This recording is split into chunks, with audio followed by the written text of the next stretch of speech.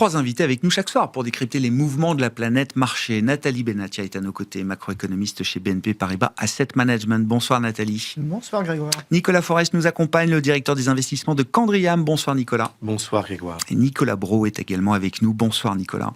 Bonsoir Grégoire. Vous êtes directeur associé chez Autingre Banque Privée. Nathalie, je me tourne vers l'économiste que vous êtes et j'imagine que cette actualité amène à réfléchir à la possibilité de changer les scénarios macro de 2026. Est-ce qu'on en est déjà là, Nathalie ? C'est exactement ça, on réfléchit beaucoup, on fait tourner les modèles et on attend de savoir si, oui ou non, on va vraiment bouleverser le scénario économique pour cette année qui était jusqu'à présent relativement positif, même très positif, et qui était étayé d'ailleurs par des indicateurs économiques plus que satisfaisants depuis le début de l'année. Ouais. Bouleverser, qu'est-ce que ça veut dire ? On a compris que la durée du conflit était la variable clé à ce stade. S'il ne s'agit pas de juste ajuster à la marge, qu'est-ce qui peut se matérialiser ? Alors, pour le moment, on n'a pas l'impression qu'on va basculer vers un scénario de récession. Pour diverses raisons, évidemment, on a un choc pétrolier, ou ce qui ressemble à un choc pétrolier, et on le voit du point de vue des marchés, c'est surtout pour le moment un choc d'information. C'est qu'est-ce qu'on fait de cette nouvelle information ? Et c'est comme ça que les marchés fonctionnent, on les a vus. Pour le moment, leur point d'attention, c'est l'inflation. J'allais dire, c'est le plus facile. Prévoir l'inflation à partir du prix des matières premières, normalement, ça marche assez bien. Et nous, ce qu'on imagine, c'est que l'inflation dans la zone euro, si on reste à ces niveaux, pourrait assez rapidement repasser au-dessus de 2%, voire flirter avec 2,4% vers la fin du printemps, dirons-nous. Oui, dès les prochains mois. Voilà, dès les prochains mois, absolument. Très bien. Sur la croissance, c'est plus compliqué, parce que ça dépend de beaucoup de phénomènes. Ça dépend de la confiance. C'est un mot qu'on a prononcé beaucoup ces dernières années, encore tout au long de l'année dernière, avec la question qui n'intéresse plus personne des droits de douane d'ailleurs. La confiance va compter pour les consommateurs. Pour les consommateurs, que ce soit aux États-Unis ou en Europe, cette confiance, elle va passer d'abord par le prix à la pompe. Ouais. Ça marche très très bien malheureusement aux États-Unis. Les consommateurs, ils sont très sensibles. C'est d'ailleurs étonnant que Donald Trump ait déclaré que les variations du prix du pétrole, c'est pas très important, parce que l'inflation, c'est ce qui a fait perdre l'élection présidentielle à Joe Biden, et c'est ce qui risque de faire perdre l'élection au Parti républicain. Donc il y a l'histoire de la confiance. Qui dit baisse de la confiance, inflation, dit normalement ralentissement de la consommation. Et du côté de l'investissement, ça devient plus compliqué, surtout aux États-Unis, parce qu'à des niveaux de pétrole, disons de 100, ça devient beaucoup plus rentable d'aller chercher du pétrole de schiste, d'augmenter la production, d'augmenter les investissements, et donc de soutenir de ce fait la croissance. Donc c'est pour ça qu'on a, face à la situation tellement mouvante à l'heure actuelle, vraiment, c'est même pas au jour le jour, c'est d'une heure sur l'autre, on hésite encore à bouleverser nos scénarios. Mais il y a l'idée qu'un choc d'offres pétrolier à un moment peut aussi se transformer en choc de demande, peut aussi à un moment abîmer la demande finale. Oui, alors il y a cette idée, sachant qu'on a encore tous de vieux réflexes des grands chocs pétroliers, et la structure des économies développées est quand même très différente de ce qu'elle était il y a maintenant, mon Dieu... 40, 50 ans. Ce qui était il y a 50 ans, la dépendance à l'énergie a bien sûr baissé. Les États-Unis sont exportateurs nets de pétrole. Même la dépendance de la zone euro a baissé. Et on comprend quand même que beaucoup d'intrants sont concernés. C'est pas juste le pétrole et les produits distillés à la pompe. C'est des intrants qui irriguent, j'allais dire, l'ensemble de nos économies aujourd'hui aussi, quand même. C'est tout simplement le plastique, par exemple. Ça c'est un lien qui fonctionne encore. Les fertilisants, la chimie, etc. Le grand exemple de 2022, effectivement, les engrais. Et si on pense à l'Europe, on pense aussi au gaz naturel. Donc là, en regardant rapidement qu'est-ce qui a été fait par rapport à 2022, où le choc a été de 40% de l'offre qui a été arrêtée du jour au lendemain. Et c'était pas très compliqué de se dire à l'époque que ça allait durer. On ne parlait pas d'un choc temporaire. Donc là maintenant, c'est le gaz qui transite par le détroit d'Ormuz, donc le gaz produit au Qatar, gaz naturel liquéfié notamment. Mais pour l'Europe, c'est 7% des importations européennes. C'est assez faible. Mais l'importance du gaz aussi dans la formation des prix de l'électricité. Absolument. Et puis tout simplement, si ce gaz naturel ne peut pas aller vers ses premiers clients qui sont en Asie, ces premiers clients vont se reporter sur le marché international et faire monter les prix. Donc on a vraiment une situation très, très, très, très compliquée. Je reprends juste le point sur l'économie américaine. Depuis que la révolution du shale et le fait que les États-Unis soient devenus exportateurs nets de produits pétroliers, le baril à $100, Donald Trump nous dit on fait beaucoup d'argent. Net, quand on intègre... Oui, non, c'est quand même une question. Net, est-ce que ça reste une économie avant tout consommatrice ou est-ce que ça reste une économie productrice de pétrole ? Alors, net, c'est une économie productrice. D'accord. Oui, ça c'est vrai. D'accord. Mais on fait beaucoup d'argent, surtout au Texas et ailleurs. On fait pas beaucoup d'argent partout. Ouais. Non, et puis la dépendance énergétique des États-Unis, c'était vraiment 8 à 9% dans les années 80, c'est tombé à 1,5%. Et avec un baril à 100, 1,5% du PIB. Avec un baril à 100, ça remonte vers 2%. Donc il y a encore énormément de... Donc c'est normalement la zone économique qui devrait le moins souffrir de ce choc. Normalement, au bémol près très important de la confiance des consommateurs. Qui était déjà dans les enquêtes absolument assez basses, même s'il y a toujours une différence entre les enquêtes et la réalité de la consommation américaine. Oui, mais là, j'ai l'impression qu'on risquait d'arriver, même sans ce choc, un petit peu à la fin de cette histoire, surtout si on imagine que l'emploi s'achemine vers un ralentissement dont une partie a peut-être déjà eu lieu. Nicolas Forest et puis Nicolas Brault, quels sont les messages renvoyés par les marchés là, depuis le déclenchement de cette guerre d'Iran ? Il y a bientôt 2 semaines maintenant. Alors, je dirais qu'il y a aujourd'hui 2 risques qui sont importants, selon moi, dans les marchés. Le premier, évidemment, c'est le risque géopolitique qui est revenu avec l'évolution du prix du pétrole. C'est assez clair. Ça crée de l'incertitude. Ça crée quand même des rotations sectorielles, ça crée pas mal de volatilité et une grande incertitude sur ce qui se passe. Le deuxième, c'est quand même un choc lié au taux d'intérêt. Et ça, c'est sans doute le choc le plus intéressant à suivre. Il est évidemment lié aux perspectives d'une inflation plus élevée. La Banque Centrale Européenne ne semble pas attendre le même nombre de semaines pour l'instant que ce que vous faites pour déclarer ou faire des déclarations sur un possible risque inflationniste. Et le grand bouleversement, c'est qu'on est passé de risques de baisse de taux à des risques de hausse de taux en Europe. Et donc, pour moi, ce sont 2 risques qui sont à suivre. Le risque géopolitique, il dépend évidemment de ce qui se passe sur la durée du conflit, mais plus le temps passe, plus il y a de la pression sur l'inflation, et plus on a ces taux d'intérêt qui montent. Donc, qu'est-ce que le marché... Qu'est-ce qui peut être le plus surprenant peut-être sur les marchés ? Bon, évidemment, la baisse de la bourse, la remontée de la volatilité, ça, on l'a tous vu. Ce qui est quand même plutôt intéressant pour moi, c'est la remontée significative des taux d'intérêt, notamment en Europe. Et ça, c'est un vrai changement, parce qu'on sort de plusieurs mois, trimestres, de baisse de taux continue et une claire visibilité. Donc on passe d'une situation où la Banque centrale est dans une bonne place à une situation où la place n'est plus très bonne. Ni pour la Banque centrale européenne, ni même pour la Fed ou la Banque d'Angleterre. Et donc, si on est maintenant face à des remontées de taux d'intérêt, eh bien, ça change beaucoup de choses dans l'équation d'une allocation d'actifs. Ça change beaucoup de choses pour l'investisseur obligataire, pour l'investisseur action. Et puis, ça change aussi beaucoup de choses sur le relatif. Parce que quelle banque centrale peut le plus monter les taux dans ce contexte ? Oui. Et la réponse, elle est assez claire. C'est la Banque centrale européenne. Le marché a déjà pricé jusqu'à 2 hausses de taux. Le marché le price. Le marché le price. Mais néanmoins, si vraiment on a une banque centrale européenne... Ce serait pour vous une décision évidente de voir une BCE réagir aussi rapidement que certains ou certaines le signalent au sein du Conseil des gouverneurs à un choc d'offres pétrolier lié à la fermeture d'un passage stratégique, en l'occurrence le détroit d'Ormuz. On a l'impression qu'on revient un peu dans la conversation de 2022, que peut faire une banque centrale avec ses taux d'intérêt pour gérer un problème d'offres sur lequel elle a finalement pas beaucoup de grippe. Revenons-nous en 2022, revenons-nous en 2007 ? Ça, c'est la question. Mais quelque part, oui, par rapport à cette question, c'est certainement pas facile.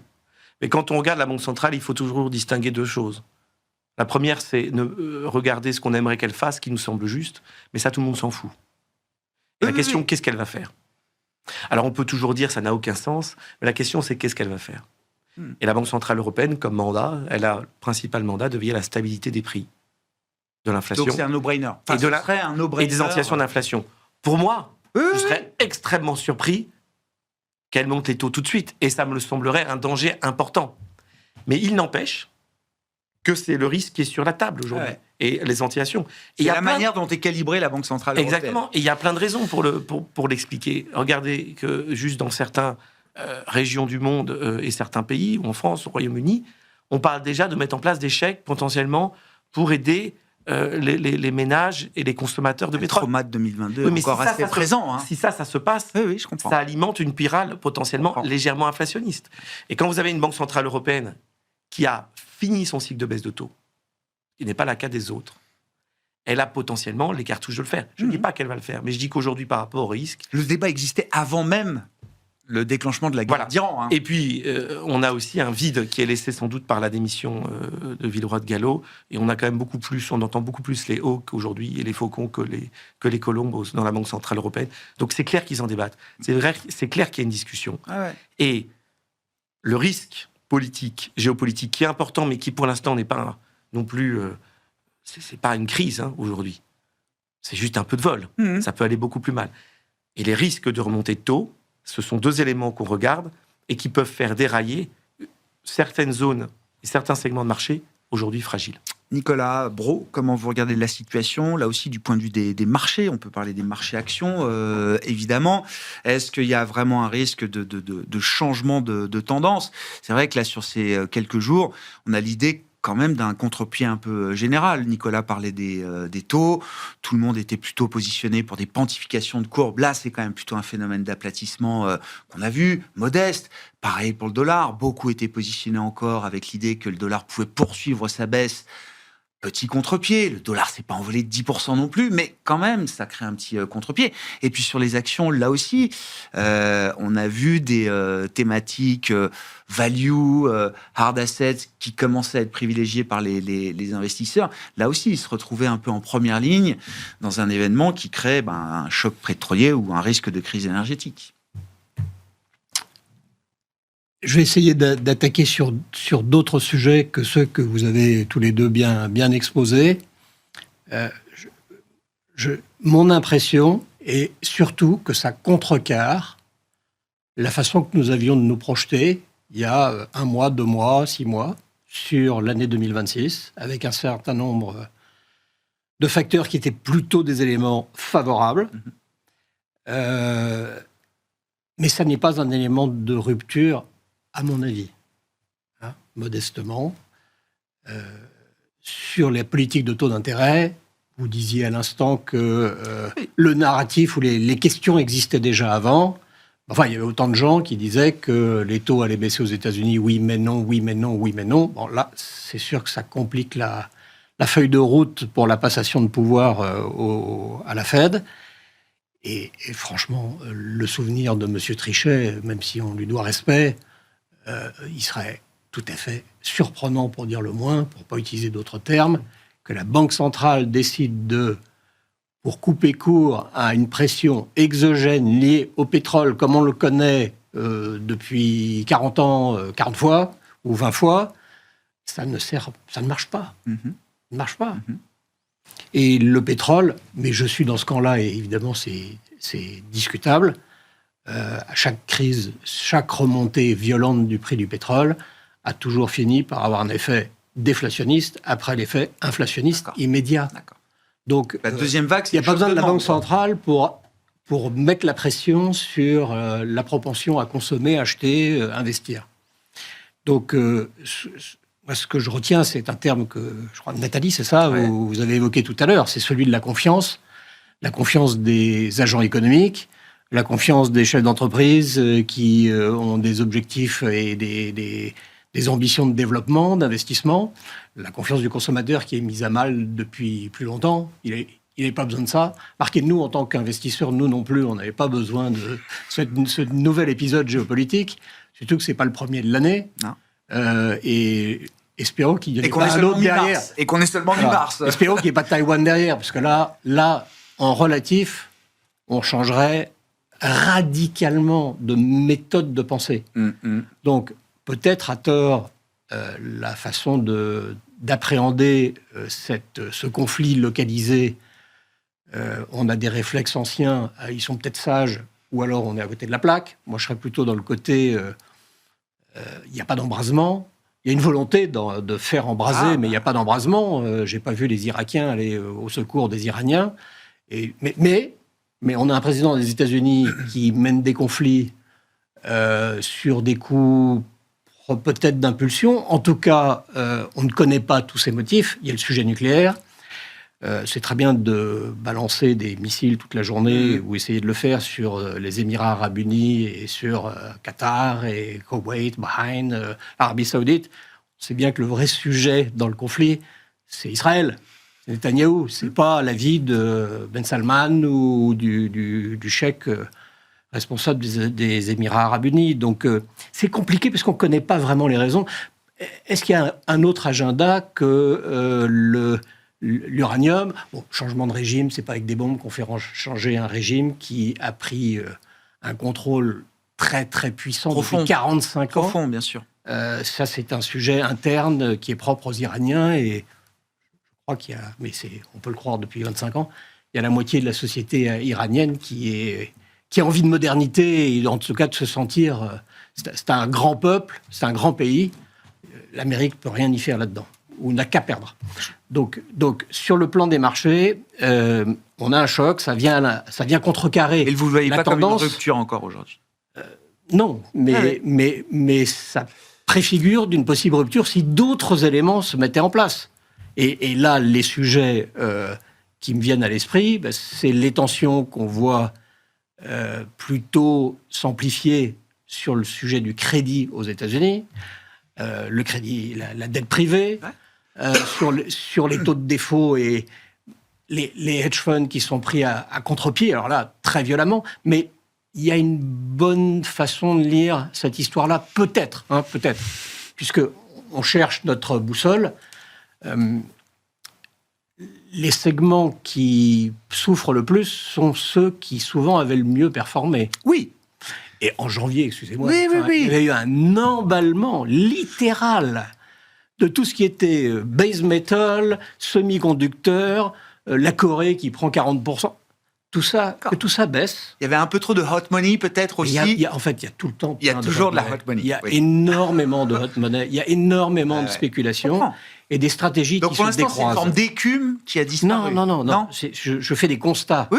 Voilà. Mais maintenant, si en prospectif, court terme, si dans le reste du mois de mars, il y a un côté temporel ou pas, avant la visite de Trump chez Xi Jinping, si on continue à voir ce qui avait le mieux performé dans les 3 mois précédents, consolidé, comme c'est le cas, les banques, voilà.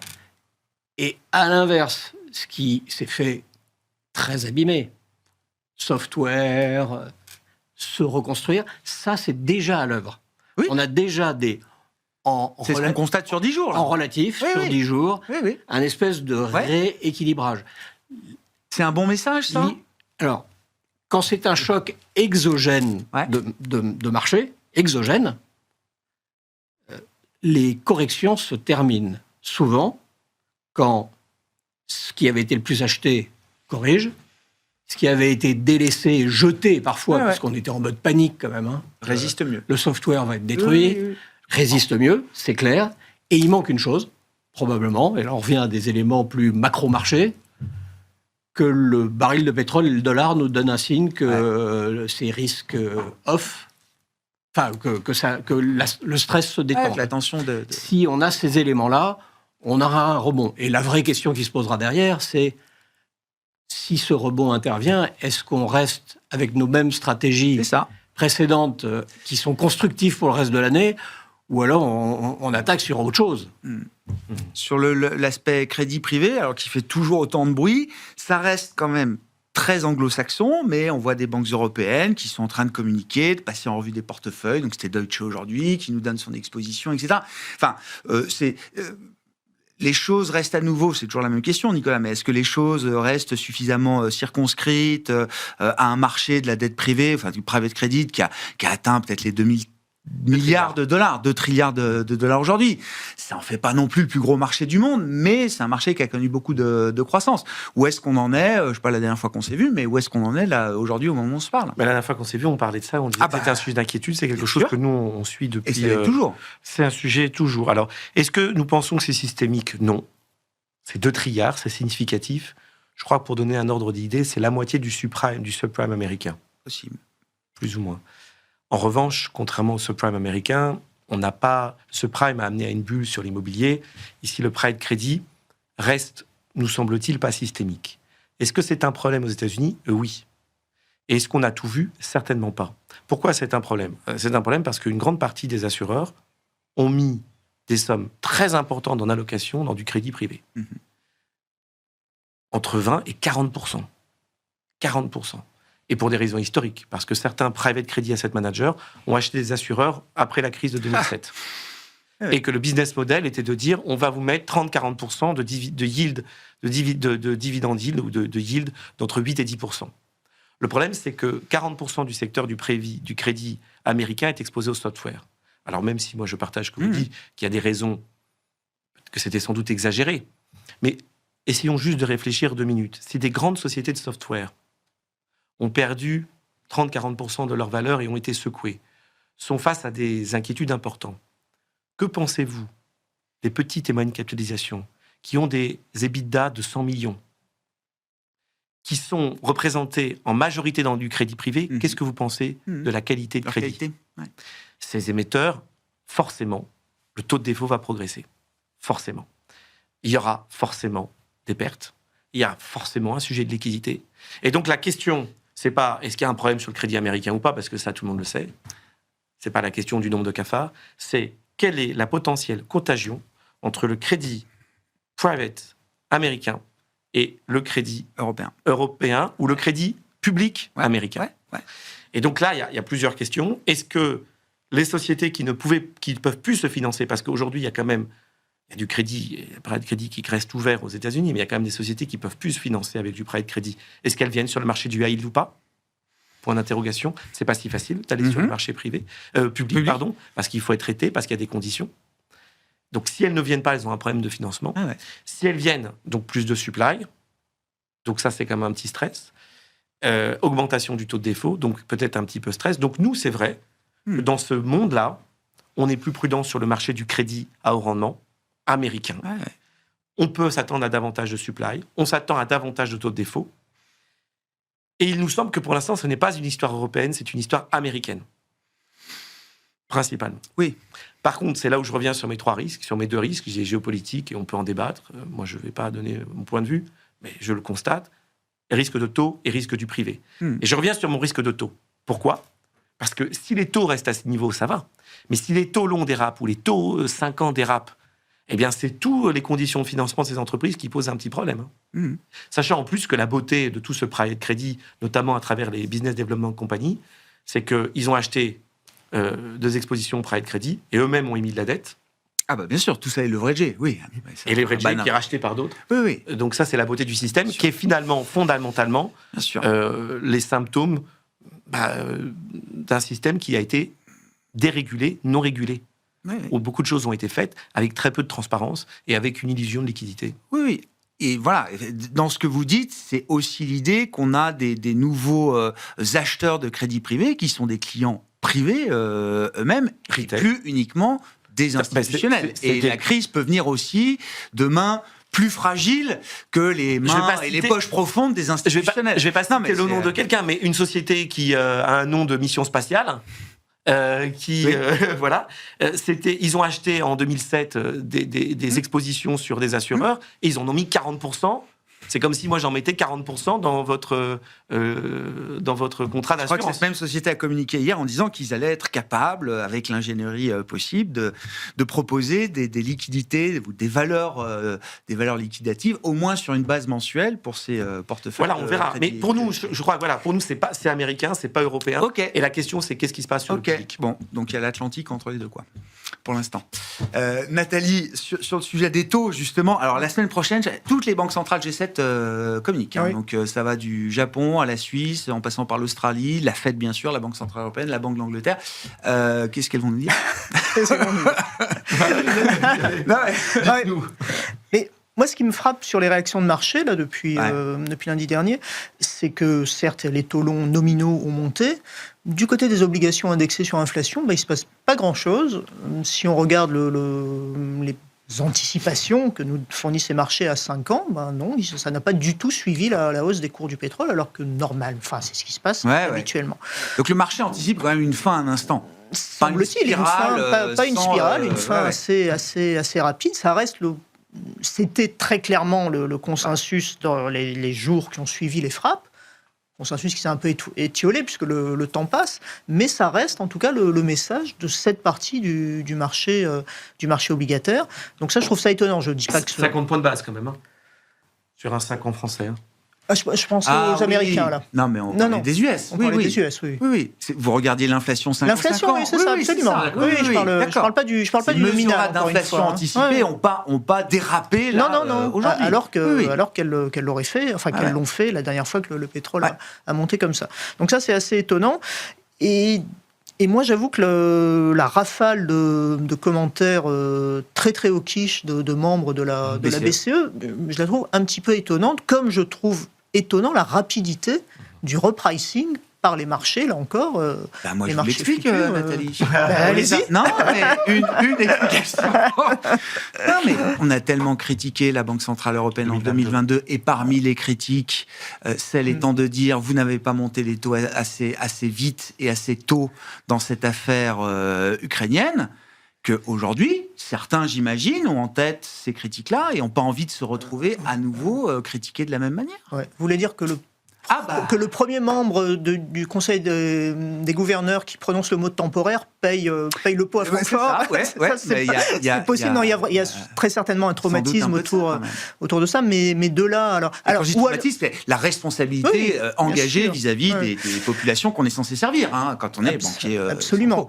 Alors, un autre... effectivement, c'est peut-être le début d'une stratégie visant à communiquer, à parler... on est là, on fera, sans avoir à agir. C'est possible aussi, mais il va falloir que ça se déboucle, parce que ça paraît quand même compliqué d'imaginer la BCE, encore une fois, en l'état actuel, sous l'hypothèse que la situation ne s'enlise pas, remonter ses taux si rapidement. On verra ce que dit Christine Lagarde, mais c'est sûr qu'on lui posera la question sur le pricing de marché. Est-ce que vous êtes à l'aise, confortable avec ce pricing de marché? Intéressant de voir la réponse. Christine Lagarde elle-même s'est exprimée dans les médias français en disant on ne laissera pas un scénario tel que celui de 2022 se développer à nouveau. C'est le premier message porté aujourd'hui par la Banque Centrale Européenne. Sur la Fed, vous entendez beaucoup moins. Le marché a dépricé l'idée d'une baisse de taux pleine en 2026. On attendait peut-être 2.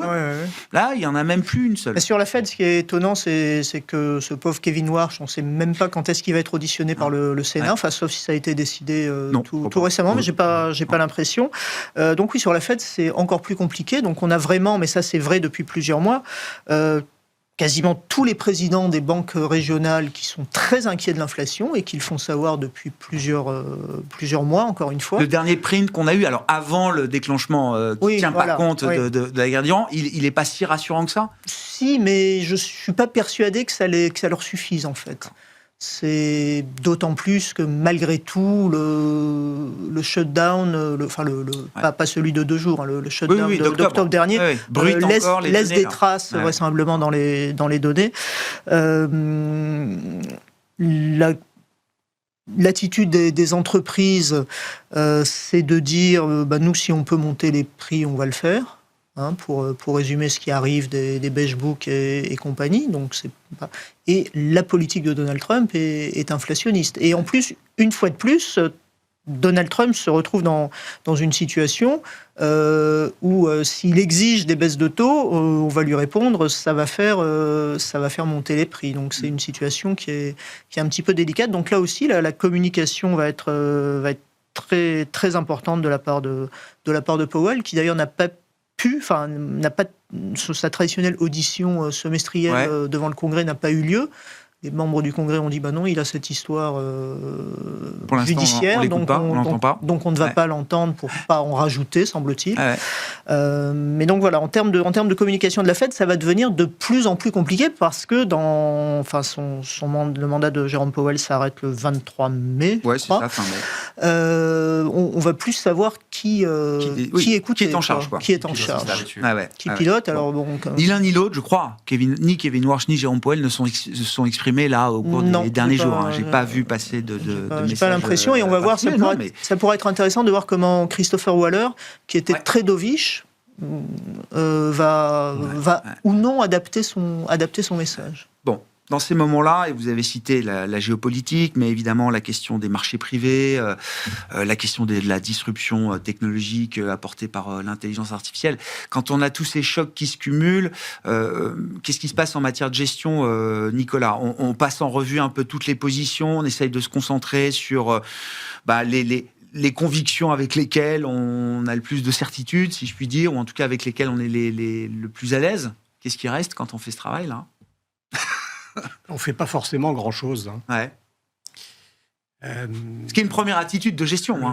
Disons qu'il faut avoir du sang-froid, parce qu'on a changé de configuration à peu près 3 fois en 3 mois.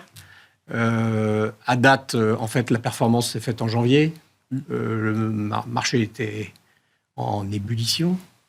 C'est comme si ça s'était arrêté d'ailleurs le 1er février. Et puis le 1er mars, le 28 février, on a un sujet géopolitique. Donc, au-delà de ce commentaire temporel, il est indéniable que c'est un point supplémentaire de stress, d'interrogation, qui est susceptible de mettre à mal la position constructive que chacun de nous pouvions avoir il y a encore peu de temps. On est dans un monde qui est fragile. Ce que je note, c'est que l'Europe, comme d'habitude, est assez mal positionnée pour ce type de problématique. Néanmoins, avec le pétrole, l'Asie est en première ligne. Ouais.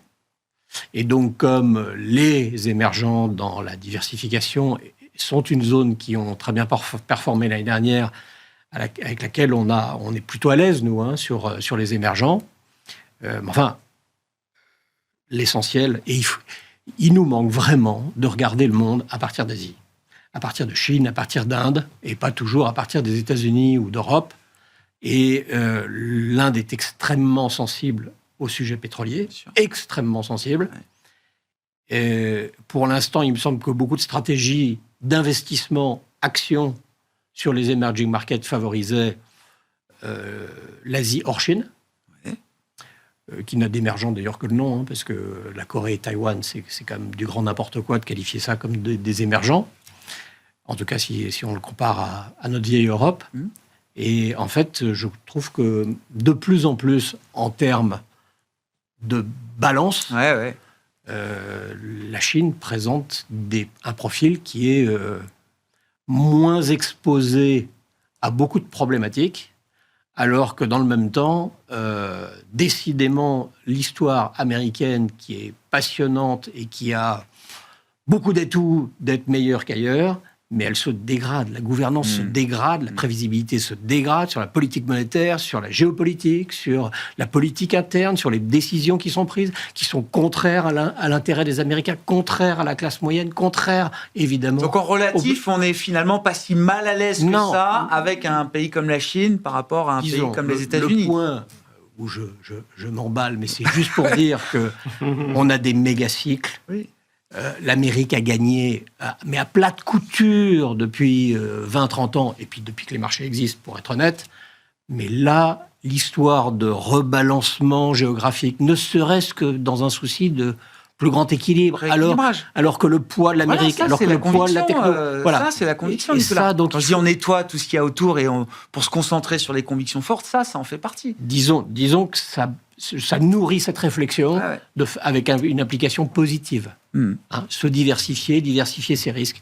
Peut-être, oui, un enseignement de cette étape géopolitique qui passera comme les autres. Nicolas, sur le plan des arbitrages de marché, qu'est-ce qui semble approprié de faire aujourd'hui? Et puis, puisqu'on parlait des taux avec vous, je sais pas, 4,25 sur le 10 ans américain. Enfin, si on a encore, je sais pas, si on revient sur des niveaux 4,25, 4,50, est-ce que ça représente des points 4,90, j'ai vu sur le 30 ans américain. On sait qu'à 5%, il y a quand même un seuil un peu critique, psychologique, en tout cas qui fait bouger les choses. Est-ce qu'on a envie de, justement, reprendre un peu de longueur, de maturité, là, sur la courbe? Alors, moi, évidemment, je souscris ce qui a été dit. Il faut garder son sang-froid. Néanmoins, nous, on a réagi. Quand même, on a réagi. En fait, on avait déjà un peu réagi un peu avant le début de la crise du Moyen-Orient. On a continué. Et on a fait un peu ce que vous avez dit, à savoir... Mais, sauf qu'on n'arrive pas au même point d'arrivée. On était assez positif sur les émergents. Et donc, nous, on a pris profit. D'accord. Voilà. Ouais. Moi, je trouve quand même que c'est un environnement qui est assez incertain. Il y a l'histoire du prix du pétrole, avec les économies que vous avez mentionnées qui sont dépendantes du prix du pétrole, bien sûr. Mais il y a aussi les risques de hausse de taux et le risque d'un dollar un peu plus fort. C'est un environnement dans lequel il est plus quand même compliqué d'avoir des paris forts, surtout ces performances qui étaient gigantesques. Donc nous, on avait réduit un peu Taïwan, Corée, et on a pris profit. C'est grosso modo quand même, pour l'instant, une respiration, et on attend. Je crois que voilà, ça c'est la sagesse sur les émergents. Même si on a encore une conviction sur les émergents, sur tout ce qui est Brésil, on aime encore bien le Brésil. Producteur, là en l'occurrence. Voilà, donc prudent sur les émergents. Par rapport à l'allocation régionale, je regrette, mais en effet, c'est une situation dans laquelle on est moins à l'aise sur l'Europe, en relatif. Voilà, donc on a sur le plan régional, on est plutôt prudent sur l'Europe. Mm-hmm. Et sur le plan obligataire, pour le coup, on a été quand même surpris par cette remontée de taux. Donc je rejoins ce que vous dites. Ça paraît farfelu, mais bon, la Banque centrale européenne, elle peut tout faire. Elle nous l'a montré. Donc on a été là un peu surpris. Donc à ces niveaux-là, oui, on essaye un petit peu de regarder. Peut-être ce qui est important, c'est de regarder le niveau de taux absolu. Et le niveau de taux absolu, si je regarde investment grade plus taux, on a, je crois, du 4-5 ans, on prend une société de bonne qualité, on a du 3,40, 3,35, 3,40. C'est pas assez. Non, c'est pas délirant. Ouais. C'est pas délirant. Ouais. Les assureurs, ils sont prêts à venir, mais il faut aller au moins du 3,5, entre 3,5 et 4. Donc on n'est pas sur des niveaux qui sont rock'n'roll encore, qui nous disent, allez, on y va. C'est pas le screaming buy, là, encore. Donc en fait, c'est ça ce qui se passe. C'est-à-dire qu'en effet, il y a eu un nettoyage de ce qui avait super bien performé. Et donc voilà, on peut faire... on peut ajuster et on doit faire plutôt des mesures de risk management. Par contre, il n'y a pas des choses qui se sont dégommées et la valorisation est super attractive. Et on se dit, il faut y aller à fond. C'est pas 2020 le Covid où là il y a un moment des valos qui appellent quand même des actions et des réactions. Pas du tout. Et par contre, le point surtout qui est important dans cette construction de portefeuille, c'est qu'on voit qu'il n'y a pas beaucoup de bons hedge. Non. Et ça, c'est quand même un problème. Oui. C'est qu'à part le pétrole, même l'or n'a pas beaucoup réagi, même elle a baissé dans un premier temps. Voilà. Nathalie, que disent les stratégistes chez vous là? Alors les stratégistes, prise de bénéfices également, puisqu'on était assez surexposé actions en début d'année, enfin une bonne partie de 2025 et en début d'année. Donc prise de profit tactique. L'idée, c'est que si, encore une fois, s'il n'y a pas de bouleversement, alors ils ne vont pas écouter juste les économistes, je vous rassure, et on prend en compte d'autres facteurs. S'il n'y a pas de bouleversement, l'idée, c'est de pouvoir revenir exploser sur les marchés. À faire à un moment. Bon. On suivra ça évidemment avec attention et dans cette émission chaque jour avec vous et les autres intervenants. Merci à vous trois d'avoir été les invités de Planète Marché ce soir.